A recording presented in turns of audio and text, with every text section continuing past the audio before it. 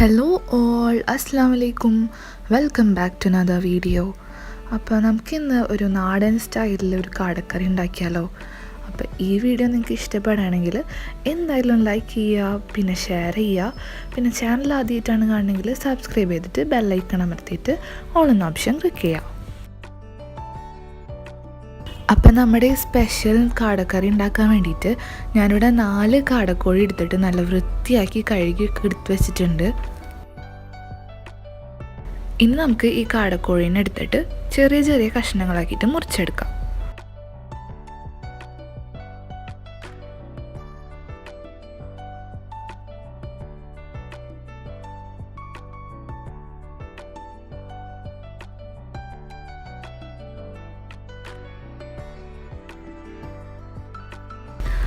ഞാനിവിടെ ഇത്ര ചെറിയ കഷ്ണങ്ങളാക്കിയിട്ടാണ് മുറിച്ചെടുത്തിട്ടുള്ളത്.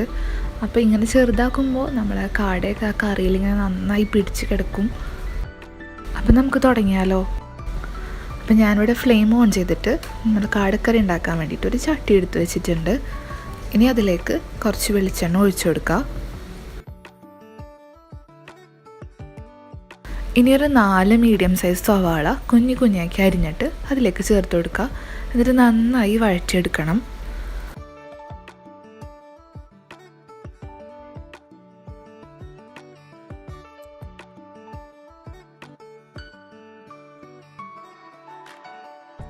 അപ്പം നമ്മളിവിടെ സവാള നല്ല ഗോൾഡൻ ബ്രൗൺ കളറായിട്ട് വഴറ്റിയെടുത്തിട്ടുണ്ട്.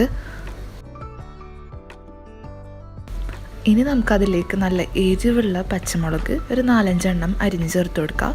പിന്നെ ഒരു വലിയ കഷ്ണം ഇഞ്ചിയും ഒരു തുടം വെളുത്തുള്ളിയും കൂടെ നന്നായി ചതച്ചിട്ട് ഇതിലേക്ക് ചേർത്ത് കൊടുക്കുക. പിന്നെ കുറച്ച് വേപ്പിലയും കൂടി ഇട്ടിട്ട് ഇത് നന്നായി വഴറ്റിയെടുക്കണം. ഇതിൻ്റെ പച്ചക്കുത്ത് മാറണ വരെ നമ്മൾ വഴറ്റിയെടുക്കണം.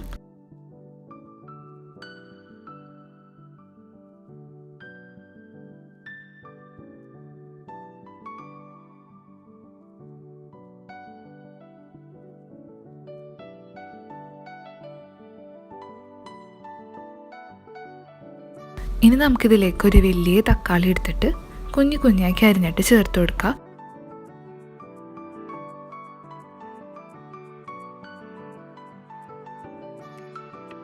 ഇനി കുറച്ച് നേരം കൂടെ ഒന്ന് വഴറ്റിയിട്ട് നമുക്കിതിലേക്ക് ആവശ്യമുള്ള പൊടികളൊക്കെ ഒന്ന് ചേർത്ത് കൊടുക്കുക. ഞാനിവിടെ 2 ടേബിൾ സ്പൂൺ മല്ലിപ്പൊടി ഇട്ടെടുത്തിട്ടുണ്ട്. പിന്നെ 1.5 ടേബിൾ സ്പൂൺ മുളക് പൊടി, ഒരു 1/4 ടേബിൾ സ്പൂൺ മഞ്ഞൾപ്പൊടി, ഇനി ഒരു 1/2 ടേബിൾ സ്പൂൺ ഗരം മസാലപ്പൊടിയും ആവശ്യത്തിന് ഉപ്പും കൂടെ ചേർത്തിട്ട് കുറച്ച് വെളിച്ചെണ്ണയും കൂടെ ഒഴിച്ചിട്ട് നന്നായി വഴറ്റിയെടുക്കണം. ഇതിൻ്റെ പൊടികളുടെ പച്ചക്കുത്തൊക്കെ മാറുന്ന വരെ നന്നായി വഴറ്റിയെടുക്കുക.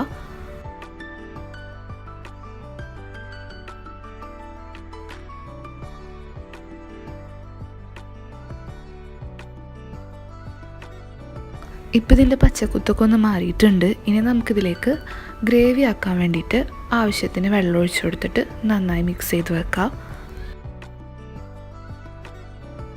ഒരുപാട് വെള്ളമൊന്നും ഒഴിക്കണ്ട, ഇത്ര വെള്ളം തന്നെ ഒഴിച്ചാൽ മതി. ഇനി നമുക്കിതിനൊന്ന് തിളക്കാൻ വിട്ടു കൊടുക്കണം. ഒന്ന് തിളച്ച് വരുമ്പോൾ നമുക്ക് അതിലേക്ക് വൃത്തിയാക്കി അരിഞ്ഞ് വെച്ചേക്കണ നമ്മളെ കാടക്കോഴീനെ ഇതിലേക്ക് ഇട്ട് കൊടുക്കാം. ഇനി ആ കാടക്കോഴീനെ നന്നായി ഗ്രേവിയിലേക്ക് മിക്സ് ചെയ്ത് കൊടുക്കണം.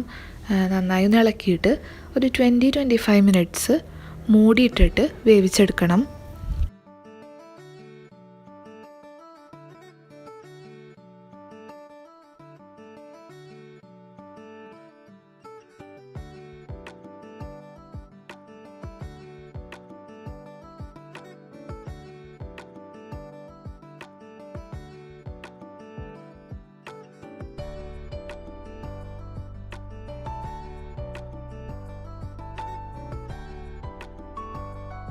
ഒരു 25 മിനിറ്റ്സൊക്കെ കഴിഞ്ഞപ്പോൾ വെള്ളമൊക്കെ ഒന്ന് വലിഞ്ഞിട്ട് ആ കോഴിയൊക്കെ വേവാൻ തുടങ്ങിയിട്ടുണ്ട്.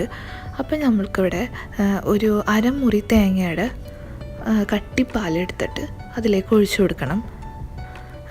ഈ പാല് ഒഴിക്കുന്നതിന് കൂടെ തന്നെ നമുക്ക് 4-5 അണ്ടിപ്പരിപ്പ് വേണമെങ്കിൽ ഇതിൽ അരച്ച് ചേർക്കാം കേട്ടോ. ഓപ്ഷണലാണത്. എന്നാലും അണ്ടിപ്പരിപ്പ് ചേർത്ത് കൊടുക്കുമ്പോൾ നമ്മളെ ഗ്രേവിക്കൊരു പ്രത്യേക ടേസ്റ്റും കൂടെ വരും. പാലൊഴിച്ചതിന് ശേഷം നമ്മളെ കറീനെ ഒന്നും കൂടെ ഒന്ന് തിളക്കാൻ വിടണം. ഒന്ന് തിളച്ച് വരുമ്പോൾ ഒരു 1/2 ടീസ്പൂൺ കുരുമുളക് പൊടിയും കൂടെ ആഡ് ചെയ്തിട്ട് നന്നായി മിക്സ് ചെയ്ത് കൊടുക്കുക. ഇളക്കുമ്പോഴൊക്കെ നന്നായി സൂക്ഷിക്കണം കേട്ടോ. കാടക്കോഴി നല്ല വെന്ത് വന്നിട്ടുണ്ടാവും, അപ്പോൾ വല്ലാതെ നിങ്ങൾ ഉടഞ്ഞു പോവാണ്ട് നോക്കണം. ഇതിപ്പോൾ നല്ല റെഡിയായി വന്നിട്ടുണ്ട്. ഇനി നമുക്ക് ഫ്ലെയിം പതുക്കെ ഓഫ് ചെയ്യാം. അപ്പോൾ ഇത്രയേ ഉള്ളൂ, നമ്മുടെ അടിപൊളി നാടൻ സ്റ്റൈൽ കാടക്കറി ഇവിടെ റെഡിയായി വന്നിട്ടുണ്ട്. നല്ല കോഴിയൊക്കെ അടിപൊളിയായിട്ട് വെന്ത് വന്നിട്ടുണ്ട് കേട്ടോ, നിങ്ങൾക്ക് കാണാൻ പറ്റും തോന്നുന്നു. ചപ്പാത്തിക്കും ചോറിനൊക്കെ നല്ല ബെസ്റ്റ് കോമ്പിനേഷനാണ് ഈ കറി. അപ്പോൾ ഗസ്റ്റൊക്കെ വരുമ്പോൾ നിങ്ങൾക്ക് എന്തായാലും ചിക്കൻ കറിക്ക് പകരമായിട്ട് ഒരു വെറൈറ്റി ആയിട്ട് ഇത് ഉണ്ടാക്കി കൊടുക്കാൻ പറ്റും. മാത്രമല്ല ഇത് നല്ല എളുപ്പമാണ് ഉണ്ടാക്കാൻ.